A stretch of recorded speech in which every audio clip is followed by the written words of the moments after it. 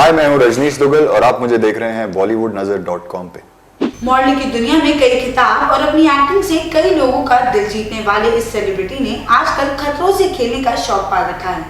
खतरों के खिलाड़ी के इस सीजन के सबसे कंसिस्टेंट खिलाड़ी से हम आपको मिलवाने वाले हैं। जी हाँ, हम बात कर रहे हैं रजनीश दुग्गल की।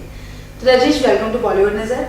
Thank you so much. तो रजनीश, सबसे पहले तो हम जानना चाहेंगे कैसे चल रहा है आपका खतरों से खेलना। खतरों से खेलना बहुत ही इंटरेस्टिंग है और आई थिंक ऑब्वियसली वहाँ पे हमने एक वर्ड इजाज किया है, फटिंग लेवल।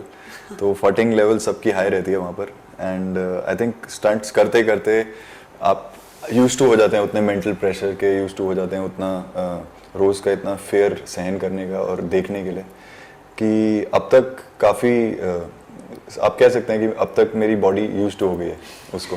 फिनाले आ रहा है और रूमर्स भी बढ़ रहे हैं कि आप जीत गए हैं, तो आप कितने कॉन्फिडेंट हैं अपनी जीत को लेकर? जी मतलब हर जना यही सोच के आता है कि मैं जीतने के लिए एक कॉन्टेस्ट एंटर कर रहा हूँ। मैं शुरू से मेरा ये बिलीफ है कि अगर आप किसी कॉन्टेस्ट में जा रहे हैं तो आइडियली जीतने के लिए ही जाना चाहिए और ये नहीं है कि सिर्फ पार्टिसिपेट करना है। एंड अब क्योंकि मतलब एक एक दिन करके एक एक स्टंट करके आगे तक पहुँचा हूँ तो उम्मीद यही है कि जीतूँ। और मेरे साथ तीन मतलब हम लोग दो और हैं, गुरमीत है, निकेतन है, मैं हूँ।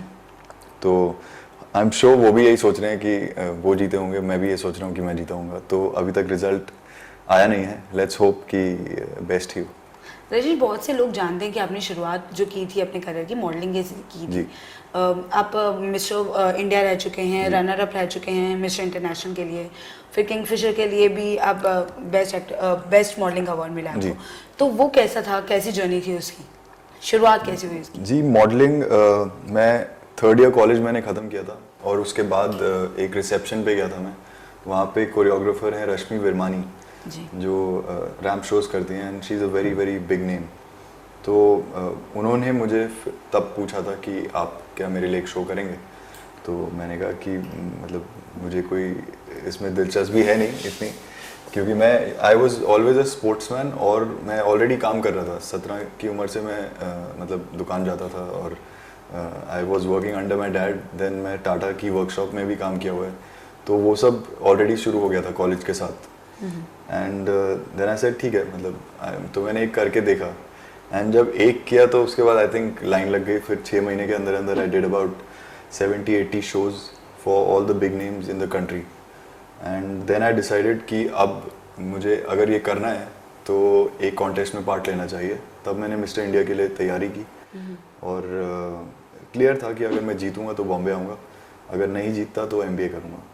अच्छा, तो हमेशा से MBA करने का सोचा था आपने? हाँ, मतलब BBA ख़त्म किया था तो उसके बाद ये था कि 1 साल का गैप लेके MBA करना है, तो उसी 1 साल में ये हो गया एंड मैं बॉम्बे आ गया। कोई ऐसे रोल मॉडल आपने सोचा था कि मुझे ऐसा बनना है? जैसे आपने मॉडलिंग की, उसके बाद जब एक्टिंग करने की सोची, तो कोई रोल मॉडल था दिमाग में? जी मैं बचपन से कभी मैंने एक्टिंग करने की सोची नहीं थी पहले, लेकिन जब मैंने अपना पहला म्यूजिक वीडियो किया छोड़ दो आंचल बॉम्बे वाइकिंग्स का, तब मुझे रियलाइज़ हुआ कि this is what I love. मतलब in real life like I love facing the camera and और उसमें अलग अलग तरह के रोल आप प्ले कर रहे हैं, तो वो मुझे बहुत पसंद आया। Then I started preparing for it. आपके पहले डेब्यू की बात की जाए, बॉलीवुड डेब्यू की, तो 1920 थी, वो कैसी हुई, आपकी कास्टिंग कैसी हुई इसमें? जी रेमंड्स की hoardings I think Vikram ji ने देखी थी कहीं पे। तो उनके पास मेरा डायरेक्ट नंबर तो नहीं था, तो उन्होंने एक कोऑर्डिनेटर हैं समीर, उन्होंने बोला कि यार इस लड़के को ढूंढो, यहाँ लेकर आओ। तो फिर उन्होंने मुझे कांटेक्ट किया एंड ही सेड कि ऐसी ऐसी मीटिंग है। तो मैंने कहा ठीक है and I went to meet him and he said कि this I am making a film.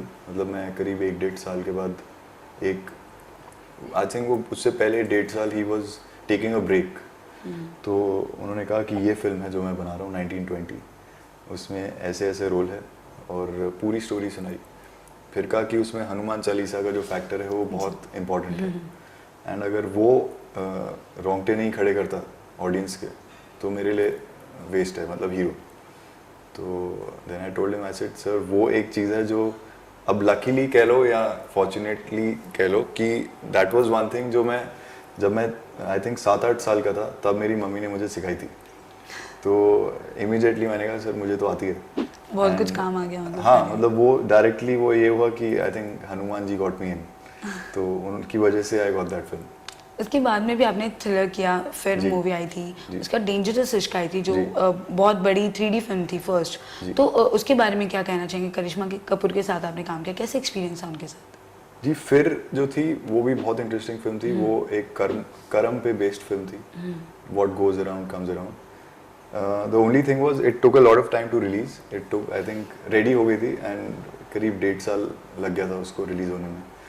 तो that period was very tough for me, but then Dangerous Ish came, so that was a huge film. मतलब result is not in our hands, but the film was very big, the idea was very big, और उसका I think वो पहली बड़ी 3D film थी, पूरी 100% shot in 3D, and Karisma Kapoor, you know, Vikram Bhatt, Jimmy Shergill, Ravi Kishan, so बड़े बड़े सारे नाम थे अंदर, and मेरे लिए एक बहुत ही अच्छी अपॉर्चुनिटी थी, क्योंकि मुझे लगता है कि वहाँ पे मुझे 4 डिफरेंट रोल्स प्ले करने को मिल रहे थे और चारों एज अ हीरो विद करिश्मा कपूर। तो आई जस्ट सेड कि ऑफ कोर्स मतलब मैं ये करूँगा एंड वहाँ बस I think so that was a huge opportunity for me. कुछ नर्वसनेस थी ऐसे लोगों के साथ काम करने की? नहीं, आई थिंक दे ऑल सी सारे एक्टर्स आई थिंक जैसे जैसे वो जितना काम करते हैं दे नो कि कैसे एक एक्टर को अपने सारे आसपास के एक्टर्स के साथ कंफर्टेबल होना। तो वो मुझसे ज़्यादा they were making me comfortable. I think even Karishma like she was very very very supportive, because वो सारी लाइनें रिहर्स करती थी एंड किसी भी पॉइंट पे ऐसा नहीं था कि डिस्कम्फर्ट हो।